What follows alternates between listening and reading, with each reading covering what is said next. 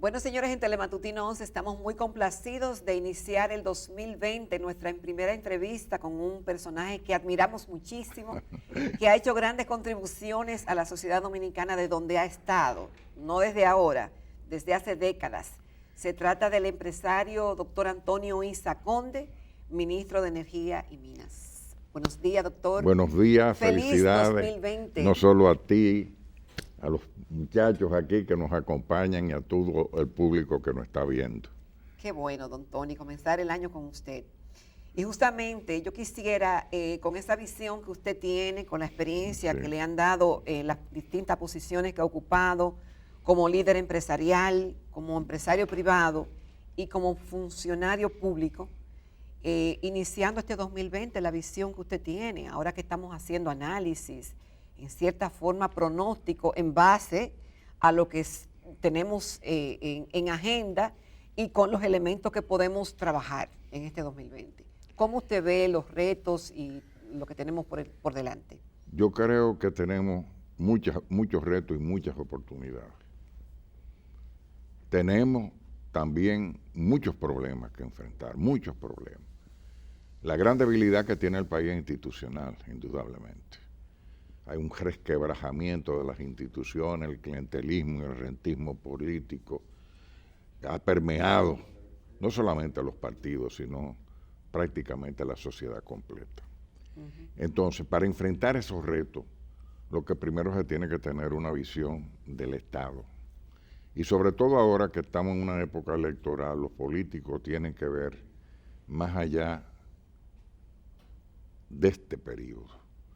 Tienen que ver las cosas con una visión de continuidad del Estado. Yeah. Hay cosas que se están haciendo que hay que continuarse, fortalecerse. Hay otras que habrá que corregirse. Pero para ello tenemos que desde ya despojarnos de la careta política y ver los retos que tenemos como país.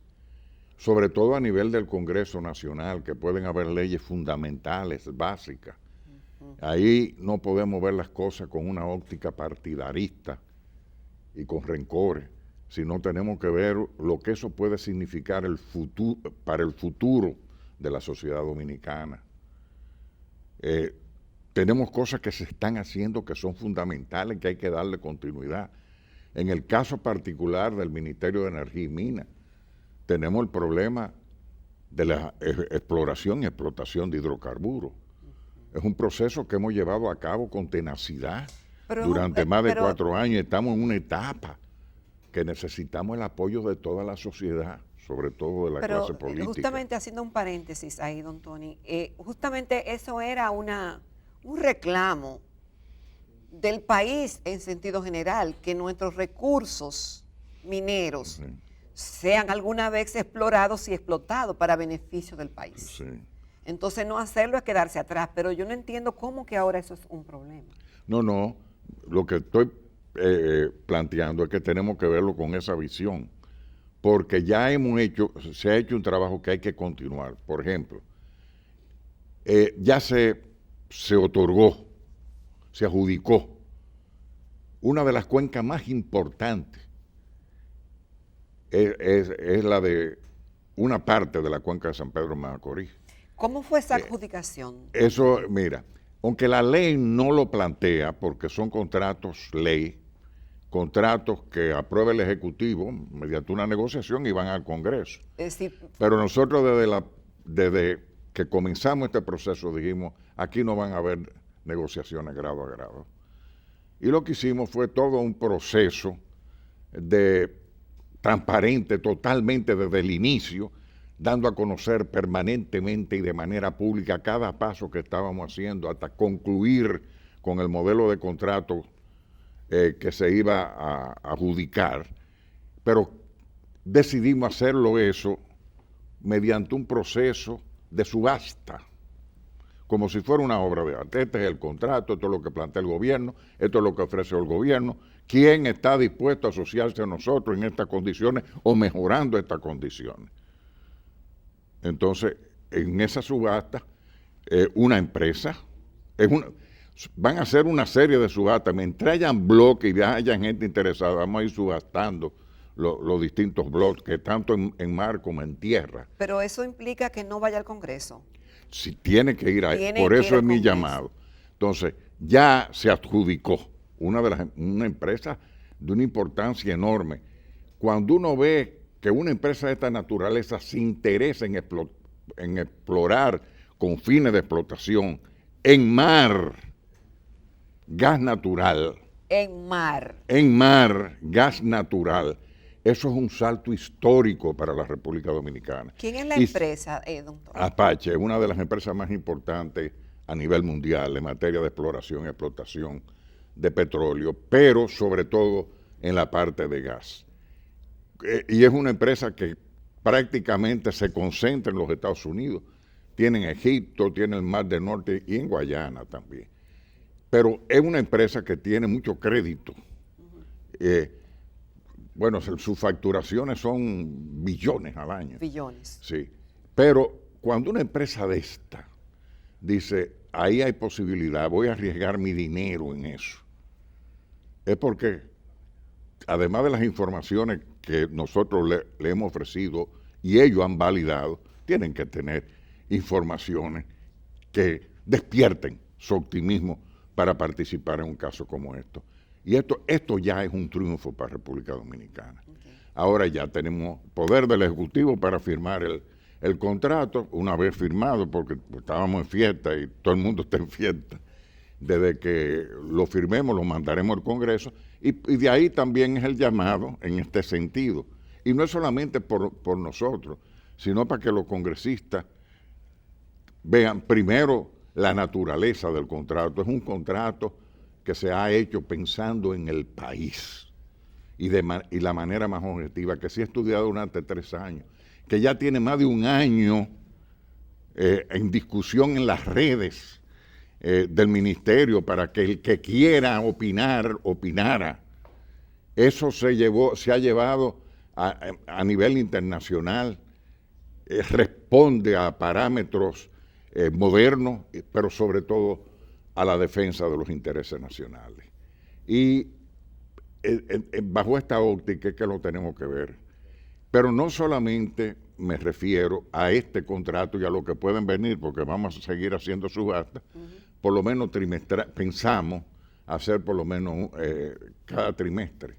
Como te decía, mientras hayan bloques y hayan interesados, seguirán subastas. Y esto lo tiene que continuar el gobierno que venga. Esto puede cambiar el Producto Bruto Interno del país, transformar el país en materia económica a unos niveles insospechados. Mire lo que está pasando en Guayana. Descubrieron gas y petróleo y se supone que va a aumentar el Producto Bruto Interno en 1.400 veces. Wow.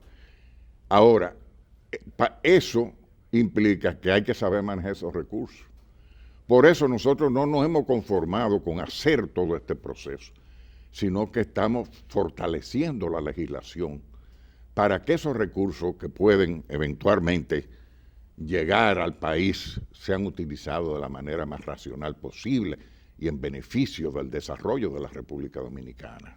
Doctor Isaconde, he visto en la prensa con relación a eso, un grupo como de cambio climático que dice que eso va a afectar, que no importa que vaya al Congreso, porque eso se estaría haciendo contrario a la Estrategia Nacional de Desarrollo y muchísimas cosas Yo más. me río de estas cosas. El petróleo y el gas que estamos importando, somos los principales importadores de gas de Centroamérica y del Caribe. Ese contamina menos que el que vamos a sacar de aquí y que no le cuesta tanto al fisco como le cuesta al importado. Esas son cosas absurdas. Lo que nosotros tenemos que a nivel mundial para la defensa del cambio climático, hacer las cosas lo mejor posible para que las explotaciones sean racionales y responsables. Esto lo único que trae es beneficio para el país, beneficio neto como tú lo pongas.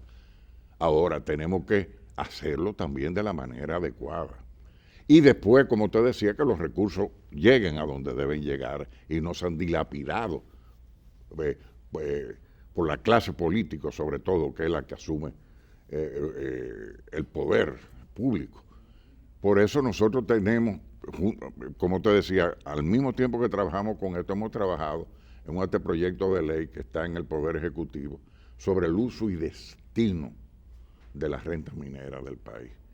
De manera que esa renta minera solamente pueda ser utilizada en planes de desarrollo, sea de los ayuntamientos, sea de las comunidades, sea del propio Estado.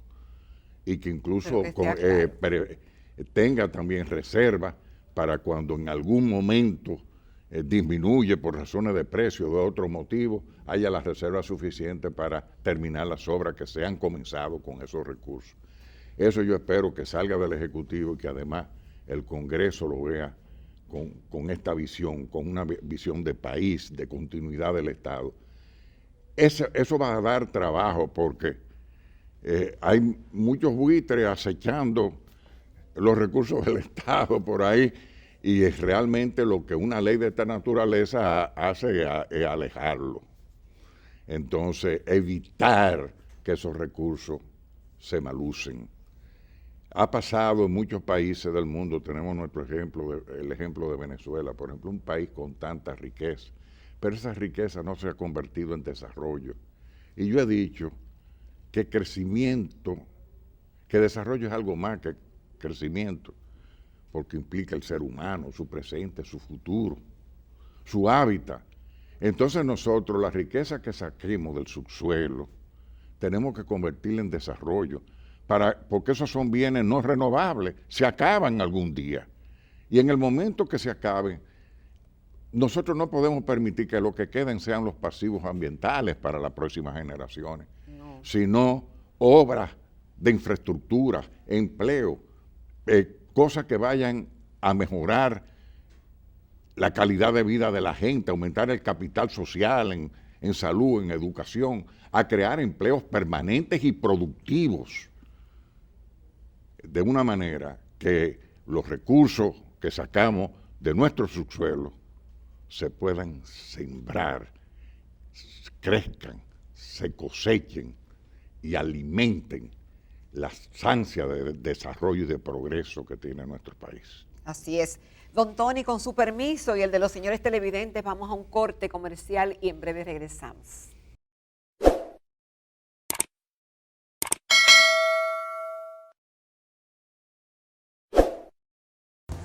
Continuamos en Telematutino 11 conversando con el doctor Antonio Isa Conde, ministro de Energía y Minas de la República Dominicana. Doctor Isa Conde, la agenda del ministerio para este 2020, ¿en qué debe concentrarse? Bueno, estamos básicamente continuar y desarrollando los planes de exploración y explotación de hidrocarburos. Esa es una de las prioridades. El otro es que ya está concluido. Tenemos el parque temático de energía renovable en la ciudad de Juan Bosch, que es un sueño. Un parque temático de energías renovables. Ahí está, eso parece que tú vas a un área de Disney. Entonces, está terminado, está concluido. Han ido miles de estudiantes a verlo porque ahí hay una flor solar, hay un aerogenerador grandísimo, uno de los molinos, esos que tú ves cuando se habla de generación por aire. Alternativa. Para que la gente sepa. Hay todo lo renovable, biomasa. Tenemos un espejo de agua también, con su molino. Tenemos de todo, pero eso va a seguirse desarrollando. Vamos a tener hasta equipos de ejercicio que producen electricidad. Eso es bellísimo. Yo mismo, que he estado al tanto de lo que se está haciendo, y lo inauguré, pero fue de noche. Al otro día fui de día y me sorprendí de que en este país se pudiera hacer una cosa como esa, y además con los pocos recursos que lo hemos hecho. Porque ahí la gente no cree. ¿Es una iniciativa del ministerio? Del ministerio. Bueno, la idea fue del ministro Montalvo, que nos dice, ¿por qué ustedes no hacen algo así? Y nos dieron los terrenos, que son 25,000 metros en la ciudad de Juan Bosch. Mírala, con su acera y su agua y luz. Pero después lo construimos nosotros. la gente no cree que esa belleza la pudiéramos construir con los fondos que teníamos. Este es el ministerio quizá de menos ingresos del Estado, porque aunque está entre los 5 mayores, que está entre los 5 menores, realmente es el menor. ¿Por qué? Porque los otros que están junto a nosotros, entre esos 5, son ministerios nada más, pero a nosotros no computan en el presupuesto las entidades adscritas como la Superintendencia de Electricidad, la Comisión Nacional de Energía, la Dirección de Minería. Pero Sí. con esos pocos recursos hemos hecho una maravilla. Eso es también una señal de que los recursos públicos pueden ser mejor manejados. Manejados no solamente con honradez, porque no basta manejar los recursos públicos con honradez, hay que priorizar, hay que saber en qué se invierten para que tenga mayor repercusión en la comunidad. Tú sabes lo que significa ese parque para un niño. Un niño que va ahí va a comenzar a amar las renovables, va a comenzar a amar el medio ambiente y después de adulto lo va a defender. Entonces, ustedes entran a la página web del ministerio y hay tomas del parque bellísimas por aire y además paseos recorridos que han hecho los niños que han ido a visitarnos, y ustedes van a ver la hermosura que hay. Yo invito a que entren a la página del ministerio, lo vean, o pasen por la ciudad Juan Bosch para que vean que en este país se ha construido una maravilla. Entonces nosotros queremos todavía, una de las prioridades es fortalecer ese parque. Pero hay otras que no es de menor importancia que la demás de la pequeña minería. Pequeña minería. La pequeña, o sea, la minería artesanal. Ya tenemos las condiciones a nivel normativos y legales con el decreto del presidente para fortalecer esa área.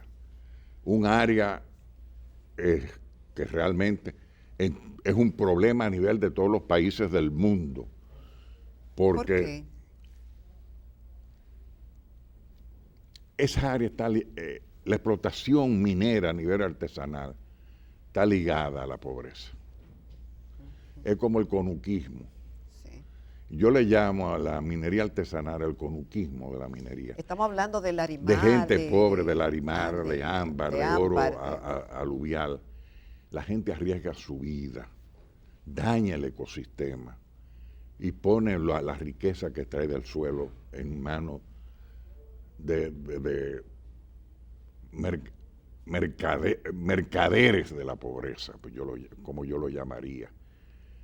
Porque realmente los beneficios de esa una empresa, una industria, aunque sea pequeña, no va al quien arriesga su vida, y muchos de ellos mueren en la explotación, no aquí solo, porque ese no es un fenómeno dominicano.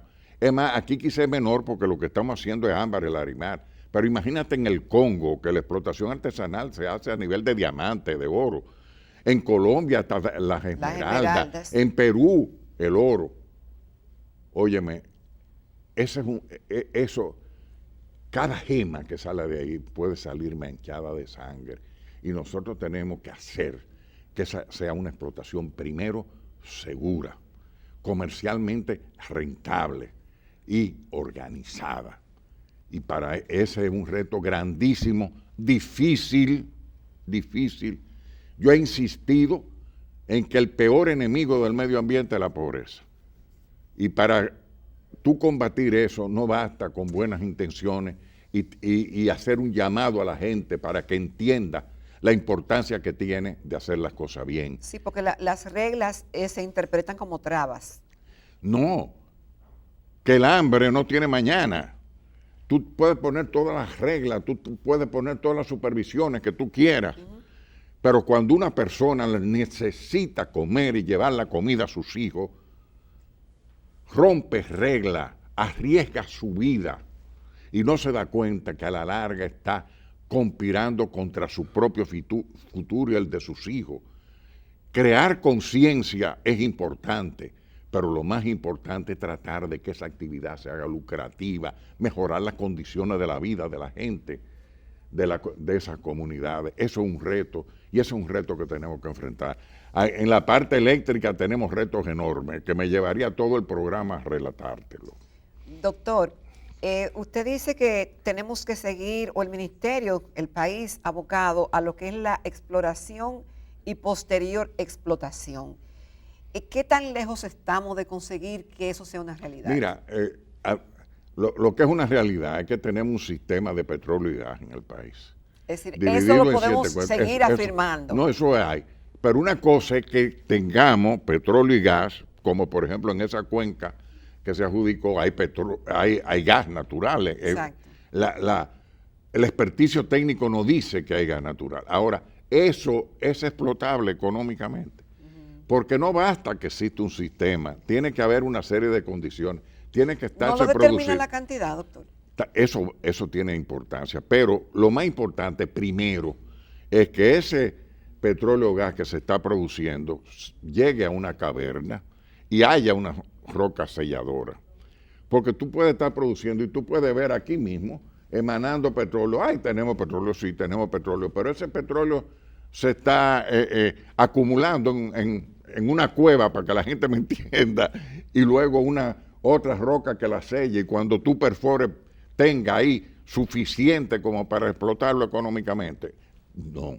Si no se dan todos esos factores, aunque tú tengas petróleo y gas, no es explotable económicamente. Hay veces, en tu casa misma, que tú ves que tiene una filtración en una pared.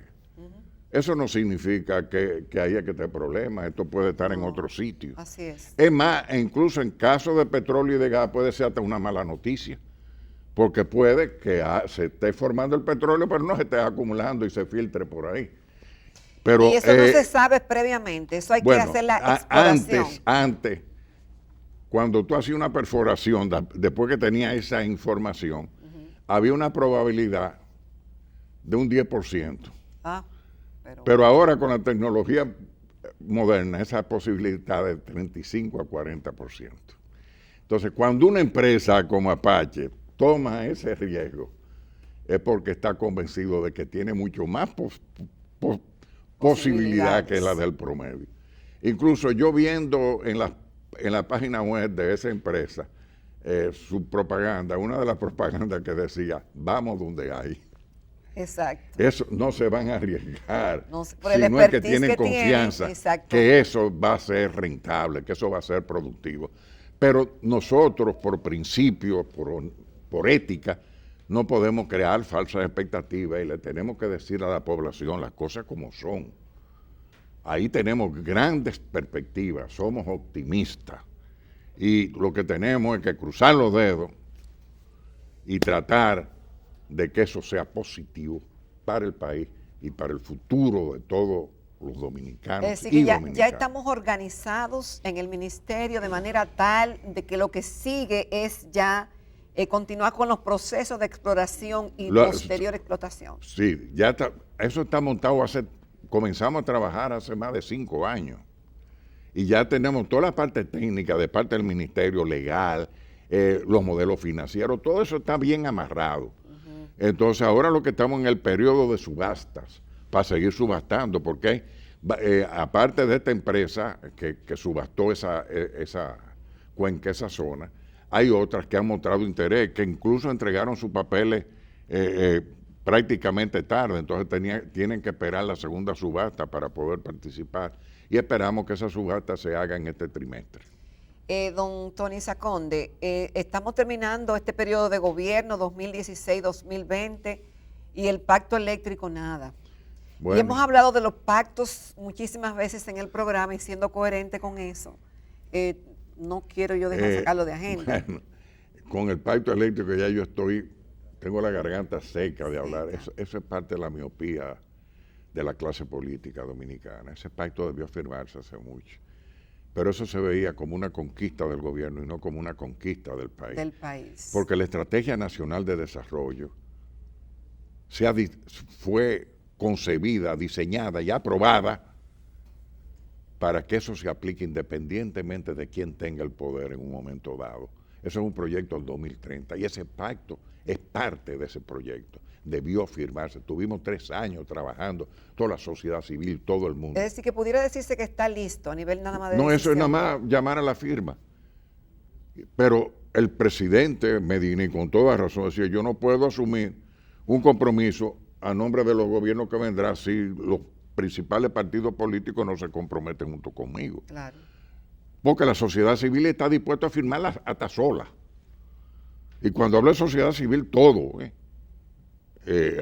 la clase trabajadora, los sindicalistas, etcétera, las universidades, Los etcétera. empresarios. Y todos los empresarios. Pero no se ha firmado. El pacto fiscal debió hacerse. También. Y yo creo que ahora no se puede hacer en este periodo, es absurdo.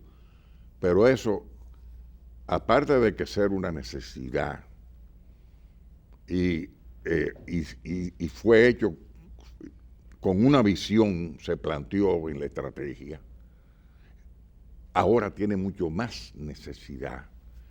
Incluso para mantener todas estas grandes cosas que hemos podido hacer.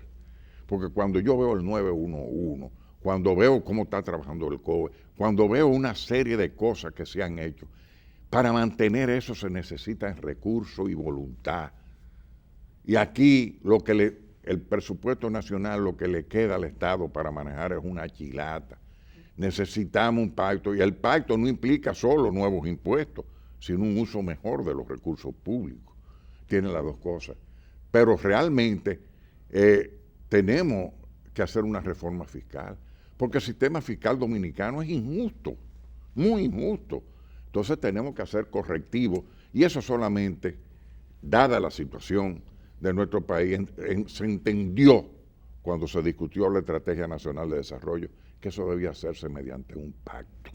Así es. Pero eso hay que hacerlo. Y ojalá que se puedan firmar, ojalá que este pacto, los políticos, antes de las elecciones, se den cuenta que hay que firmarlo y llamen a la firma del pacto. Y el presidente de la República y las organizaciones, ustedes pueden estar seguros que están dispuestos a hacerlo. Incluso en el gobierno estamos aplicando parte del pacto, aún sin haber sido firmado. Entonces, ese no es un problema. Y la reforma fiscal, al otro día de tomar posesión el nuevo gobierno, hay que trabajar, porque estamos atrasados en eso. Necesitamos recursos y sobre todo necesitamos que los recursos que ingresen al Estado se manejen de la manera más correcta. Don Tony, pudiera ser eso una conclusión de la entrevista, pero usted comenzó diciendo que este 2020 es un año que está lleno de grandes oportunidades, pero también de grandes retos. Hemos hablado más de los retos, pero también hemos mencionado la oportunidad. Solamente con el tema del petróleo y del gas.